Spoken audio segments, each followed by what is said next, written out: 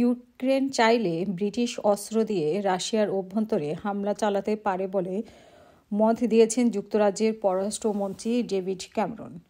শুক্রবার কিয়েভ সফরকালে তিনি এই মতামতের কথা জানিয়েছেন। শুধু তাই নয়, কিয়েভকে অভূতপূর্ব সহায়তার কথাও ঘোষণা দিয়েছেন ডেভিড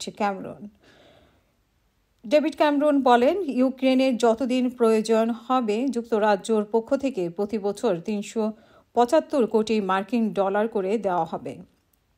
ক্যামেরন জানিয়েছেন, কিভাবে ব্রিটিশ অস্ত্র ব্যবহার করতে হবে তা ইউক্রেনের উপর নির্ভর করছে। রাশিয়ার ভূখণ্ডে লক্ষ্যবস্তুতে আঘাত করার অধিকার তাদের রয়েছে। যতদিন পর্যন্ত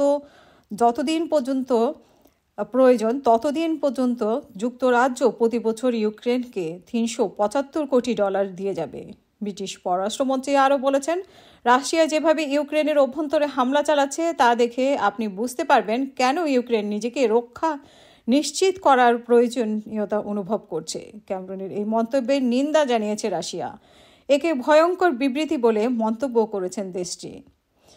ক্রেমলিনের মুখপাত্র দিমিত্রি পেসকভ বলেছেন, এটি ইউক্রেনের সংঘাতকে ঘিরে সরাসরি উত্তেজনা বৃদ্ধির প্ররোচনা, যা সম্ভবত ইউরোপীয় নিরাপত্তার জন্য হুমকি সৃষ্টি করবে। ইউক্রেনকে একাধিকবার রাশিয়ার অভ্যন্তরে তেল শোধাগারেতে হামলা চালাতে নিষেধ করে যুক্তরাষ্ট্র। দেশটির আশঙ্কা এতে উত্তেজনা আরও বেড়ে যায়। রুশ সেনারা সম্প্রতি ইউক্রেনের কয়েকটি অঞ্চলের সামনে অগ্রসর হয়েছে। ইউক্রেনের অস্ত্র ও সেনা ঘাটতির সুযোগ নিয়ে কয়েকটি শহর ও গ্রামের নিয়ন্ত্রণ নিয়েছে। ইউক্রেনের অন্যান্য শহরেও হামলা অব্যাহত রেখেছে রুশ বাহিনী।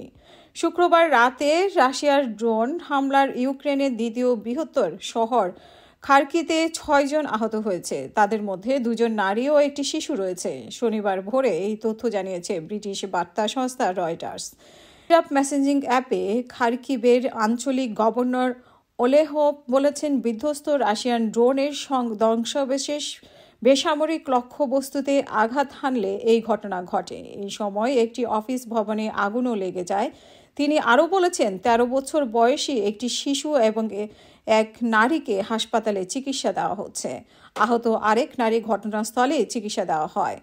আগুন নিয়ন্ত্রণে আনতে জরুরি পরিষেবার কাজ করছে বলেও জানিয়েছেন তিনি।